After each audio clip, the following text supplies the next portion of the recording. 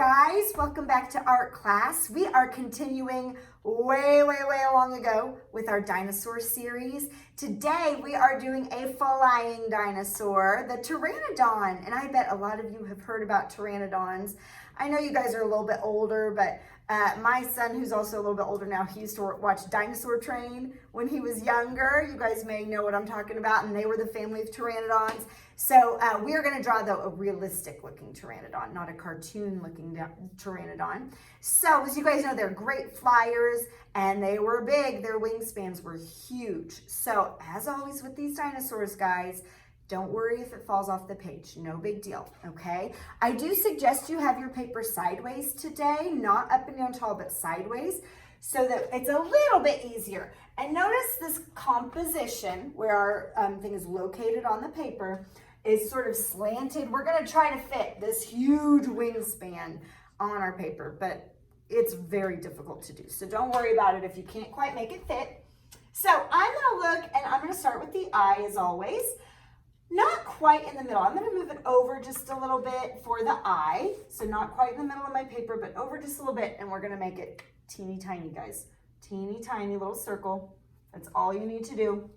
And then this time, right down the middle of the circle, we're just gonna make sort of a straight line. And so that's gonna make it look like what they think a Pteranodon's eye looked more like. And then around the eye, there are just some little sort of curved lines, almost like if you've seen a parrot's eye, there's like these little curved lines all the way around. Well, guess what? This flying dinosaur had kind of the same look. So we're gonna make those little circles. Now, we're gonna do the nostril. And just like a bird, we've talked about how birds, their nostrils are just sort of holes set in their head, right? They don't have noses that stick out like we do, just little nostrils. Same thing with the Pteranodon. He's just kind of got nostrils, just sort of holes in his head. So we're gonna sort of slant down just a little ways, and make a smushed hole for his nostril. And then above that hole, that nostril, I'm gonna make the beak. And I'm calling it a beak. I'm not sure if scientists call them beaks exactly, but they look like long bird beaks, right? And what do you think those long bird beaks were used for? They would fly over the water, and scientists think that they were over the water and they would scoop down and grab what to eat? Fish, right? And they'd swallow them whole, guys. They did not have teeth. These other flying dinosaurs had teeth. These guys did not, and so they think they just gulped them up and ate them whole. So we're gonna go ahead and draw that big long beak so he can swoop down and grab his lunch. Very close to this nostril, I'm just gonna make a slanted line that comes down pretty long, guys. You want a nice long beak. And then very skinny, it's very skinny, I'm gonna slant it back. And look, it's gonna go a little bit past the nostril. So keeping very skinny, I'm gonna slant it back just a little ways past the nostril, and then I'm gonna slant it forward again. So I'm gonna bring it forward again, and even skinnier, super skinny. I'm gonna bring it back, even skinnier, back. And then I'm gonna add a little bit of a curve line for its jaw. He didn't have to do too much chewing, of course, like we just talked about, but he does have a curve line here for the jaw.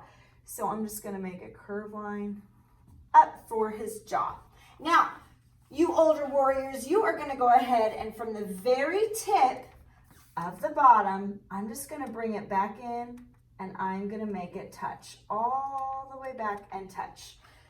His mouth is open, so you can see just a little bit of the other side of his jaw. And then you might even see his tongue, so I can even make just a little curve line right down the middle to show a little bit of his tongue. Okay, so now we're gonna go ahead and show the rest of his head. Now look at this, guys. He has this crest that slants back and up just a little ways, and it's this long crest that sticks back, okay? And scientists think that helped with the flying, made them more aerodynamic. So, which means I could fly better and smoother and faster. So we're gonna go ahead and make this long crest. Now look, it's just about the same length as the beak. So you don't wanna make it shorter than the beak, okay? You wanna make it just about the same length. We don't have rulers, it's not gonna be perfect. But first we need to make the little bump for his head. So I'm gonna make a little bump over his eye, a little curve line over his eye. Then we're gonna make that crest, and I'm gonna look about the same length as my beak, guys, so it's nice and long. I'm just gonna make it sort of slant up and out a little bit. And then it has just a little bit of a curve to it and come back in. And I'm not gonna let it touch anything yet, so we're just gonna leave it there. Now, I'm gonna show a little bit of his neck. He's not a flamingo, he doesn't have a super long neck, but there's a curve line to his neck. So I'm gonna make a little curve line back, not at the end of his jaw right here, but down just a little bit. I'm gonna make a little curve line that comes back. And then I'm gonna cut across with his arm. Now, his arm, you guys have seen pictures of pteranodons before. Their arms are attached to their wings. So they have, unlike birds, they do have what look like arms with little claws sticking out attached to the wings, unlike birds who don't have those little arms attached, right? So we're gonna make his arm, he's gonna look a little funny. He's kind of a funny looking animal. So he's gonna look a little funny at first. We're gonna make, and they're skinny arms, guys. They're not, he doesn't have big, strong, powerful, Hulk Hogan muscles. They're very skinny little arms. So we're gonna go ahead and cut across, and I'm just gonna make a curve line for the top part of his arm, and skinny next to another curve line for the top part. And then for the bottom part, it's gonna be even skinnier, and I'm just gonna make it curve out. And he's got little claws sticking out. So I'm just gonna make little curve line claws. 1, 2, real skinny, and 3. And they're just kind of sticking out. Let's go ahead and jump over, and we're gonna do the same thing on the other side. So I'm gonna look at this arm, I'm gonna stop and jump over the crest, and this time it's gonna be a little shorter. The crest is kind of hiding the other arm, so you're not gonna see as much, you don't need to make it as long. So it's kind of hiding, so just 2 little short curve lines for the upper arm, and then 2 more lines for the lower arm, and the little claws sticking out, little curve lines, skinny, skinny. Okay, so right now I know he looks very goofy, that's okay. We're gonna go ahead and make the wingspan, the top of the wings. Make it as long as you can, guys. If it falls off the paper, no big deal. It'll look like he's swooping down onto your page. So just make it as long as you can, and really make it as long as you can. Their wingspan were huge, very long. So don't make it just teeny tiny like this to fit on the paper. I'd rather it just fall right off the page and make it look big, okay? So I'm gonna make mine kind of slanted all the way to my corner, and I'm gonna slant this one up all the way up towards this corner, okay? So we've got the wings. Now let's go ahead and draw his body. Oh, I forgot. There's sort of a thicker part to the very tip top of their wings, so I'm gonna very skinny double what I have. Very skinny next to it, very carefully, just double what I have. Okay, now we're gonna go ahead and draw the body, and then we'll finish out the wings connecting to the body.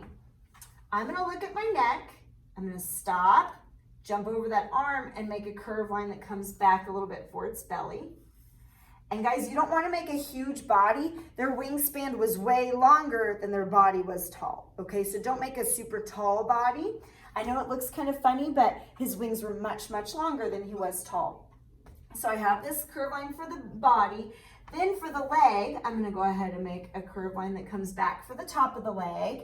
And kind of the same idea as the arms, I'm gonna make a curve line back for the other side of the leg. And then the leg's just gonna kind of slant back. And then add those toenails, you guys know just what to do, or add the toes, little skinny curve lines for the toes. Okay, now we're gonna draw the back connecting, and then we'll draw the other leg. So, not at the top of the crest, but down just a little ways. I'm gonna go ahead and make a curve line that comes back, and look, it sort of curves in and touches, okay? This is considered like a little tiny tail that kind of curved right there. They didn't have a super long tail like a lot of dinosaurs did. They just had like a little nub, a little bump on the back, okay? So there's that, and then we're gonna see the final leg. So going across, same thing as the arm, this is gonna be a little shorter. You don't see all of that leg because it's hiding. So I'm just having a shorter curve line and a shorter curve line. And then we're gonna make the bottom part of the leg, skinny and skinny. And then the toes sticking out. Okay, so now we know where the wing is connected. at the ankle, look where the toes sort of touch the foot or the leg. I'm going to go ahead and make a curve line up for that part of the wing, touching his back, and then curve line up, touching. And then we are going to make from the ankle on this side, I'm going to make a curve line that comes all the way over and touches the corner. I even made mine just a little bit longer so it would touch. Make it all the way over and touch the corner. Now, for the Pteranodon, you can, of course, make some patterns. Maybe I want to make like some stripes on his back, or I want to do some stripes along his crest. Who knows what their skin look like, right? You could definitely make it look like he's got stripes, or you could make it look like he's got spots, or both, whatever you want.